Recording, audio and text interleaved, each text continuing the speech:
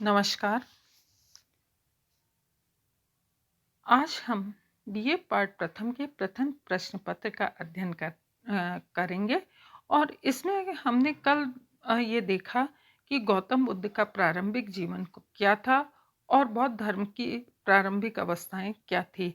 आज हम ये देखेंगे कि महात्मा बुद्ध का प्रथम उपदेश मध्यम मार्ग पर आधारित था। तो ये मध्यम मार्ग क्या था? बुद्ध के प्रथम उपदेश का मूल स्वरूप क्या था, यह तो ज्ञात नहीं है। दत्त के अनुसार निकाय ग्रंथों में बुद्ध के जिन उपदेशों को बार बार दोहराया गया है उन्हें उनका मूल उपदेश माना है। कुछ परंपराएं अपरियेषण सुत्त, धम्मचक्र प्रवर्तन सुत्त, महापरिनिर्वाण सुत्त में बुद्ध के उपदेशों का उल्लेख मानती है। कुछ विचारों के मत में बुद्ध तात्कालिक धार्मिक परिवेश से प्रभावित होकर दुखवाद की बात करते हैं, इसलिए धर्म चक्र प्रवर्तन के प्रथम भाग में वे दुख संबंधी अपने विचारों को व्यक्त करते हैं। इसी से 4 आर्य सत्यों का जन्म हुआ। गौतम बुद्ध विश्व के महान विचारकों में से थे। उन्होंने भोग विलास का मार्ग भी नहीं देखा और कठोर से कठोर तपस्या के मार्ग का अनुभव किया। दोनों ही मार्गों को एकांकी मार्ग मानकर उन्होंने मध्यम मार्ग का उपदेश देते हुए कहा कि मनुष्य को न तो अति भोग विलास में फंसना चाहिए, न कठोर तप साधना के मार्ग का अवलंबन करना चाहिए। दोनों अतियों को छोड़कर मध्यम मार्ग मंजिमा पटिपदा का पालन करना चाहिए।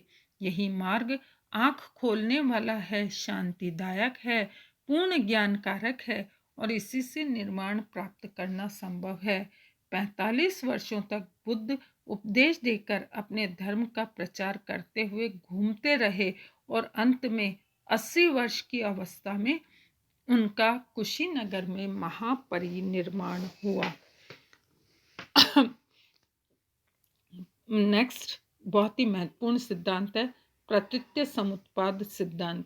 बुद्ध का ज्ञान प्रतीत्य समुत्पाद के सिद्धांत पर आधारित था। वस्तुतः संबोधि में बुद्ध ने पट्टिचसम के सत्य का अन्वेषण किया। इसका अर्थ है कि प्रत्येक कार्य के पीछे कोई ना कोई कारण होता है। प्रत्येक वस्तु विनाशशील है क्योंकि जो समाप्त होता है वह पुनः समुत्पाद होता है। अतः प्रतीत समुत्पाद का अर्थ है ऐसे होने से ऐसा होता है। ये कार्य कारण का संबंध है जिसके अंतर्गत जगत की सब वस्तुएं परस्पर आधारित है। वास्तव में तथागत ने उन वस्तुओं के उद्भव की व्याख्या की थी जिनकी उत्पत्ति का कोई मूल कारण है। वस्तुओं को नष्ट होने से समझा है जगत की सभी वस्तुएं परिवर्तनशील है और दुख का स्रोत भी है।